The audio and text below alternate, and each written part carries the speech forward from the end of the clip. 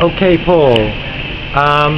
As we were cut off in mid-conversation, I forgot where we were, but my question was around the process, and do you feel that we have adequately been taking on board the issues of the youth, and has it been, how has the process been, in your opinion? For me, seeing it from a HIVOS perspective, we always want to have the community in the driver's seat, and I think this process has been a wonderful process in that sense. There was a working group of young people who made the process work, who designed the process, who really actually made sure that the right people were here, that the right representatives of the countries were here. So in that sense, it was not a top-down approach, it was really a process led by the youth, by the community, and that's what we want to see, and that's what we as HIVOS always like to emphasize, that it's the youth, the community who should be and is in the driver's seat, not anyone else.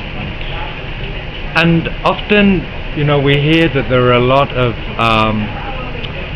for the MSM and TG community, often the TG community feel that it's very difficult for them to get their voice across. But how do you feel their involvement in this process has been over the last couple of days? I think they had a good stake in the process, but yes, they're right. It is difficult for them to get their issues across. But I do think this group really took that into account and was susceptible to the messages and to the stories that the TG representatives had in this conversation. So I think their issues are taken well on board in this process and in this consultation. And how do you see the collaboration between World AIDS Campaign and HIVOS developing in the future? Well, to be very honest, it has been beyond my expectations. As you know, it's like a trial process for two organizations working together in a project. For me, it has been a wonderful process. It really showed that World AIDS Campaign and HIVOS can actually do things together and that we complement each other.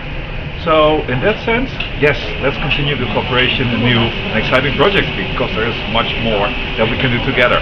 So I'm looking forward to the next one. And finally, how has your trip to Thailand been? Have you enjoyed yourself? Have you had fun? No, it was a very serious trip. And I didn't do shopping, and I hated the food. But for the rest, it was fine, it was gorgeous. And Thailand always is fabulous. Thank you. Okay, thank you, Koppen Krab.